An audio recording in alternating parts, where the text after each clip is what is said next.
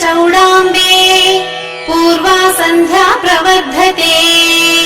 उत्तिष्ठ सुरसन्तेज्ञे कर्तव्यं लोकपालनम् उत्तिष्ठोत्तिष्ठ शर्वाणि उत्तिष्ठ सुरपूजिते उत्तिष्ठ करुणापूर्णे रक्षस्थ भुवनत्रयम् इन्द्रादिभिः पूजितपादपद्मे कारुण्यपूर्णामृतयुक्तचित्ते श्रीकण्ठकान्ते भवदावराज्ञी श्रीचौडमाम्बे तव सुप्रभातम् रालेयशैलतनये श्रितकल्पवल्ली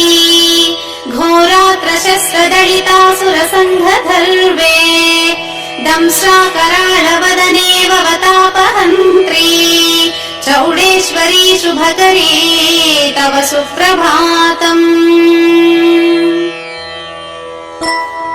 वाराणसी पुरवरा शुभमङ्गलाङ्गी आगस्य नन्दवर दिव्यपुरीन्द्रवीश्या विप्राणुखन्त मनसाय विरक्षसिस्त्या चौडेश्वरी शुभकरी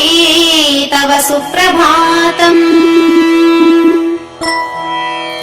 नन्दक्षितीश्वर मनोरथ पूरनार्थम्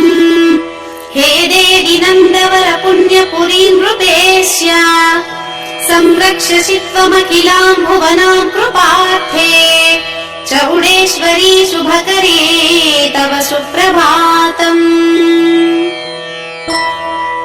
विघ्नेश षण्मुख विधात जनार्दनाद्याः त्वद्वर्षणोद्भव कुतूहलयुक्त चित्ताः द्वाराम्बिके हि निवसन्ति विनम्र शीर्षाः चौडेश्वरी शुभकरी तव सुप्रभातम् प्रह्लाद नारद पराशर मौनिवर्याः व्यासाम्बरीश शुक शौनक योगिवर्याः द्वारे वसन्ति निखिलागम वेद वेद्याः चौडेश्वरी शुभकरी तव सुप्रभातम् त्वद्वारपालनविधिम् बहुपुण्यलब्धम् इत्त्वं विचिन्त्य हृदि सम्मदमात्मवन्ती द्वारे वसन् प्रतिदिनम्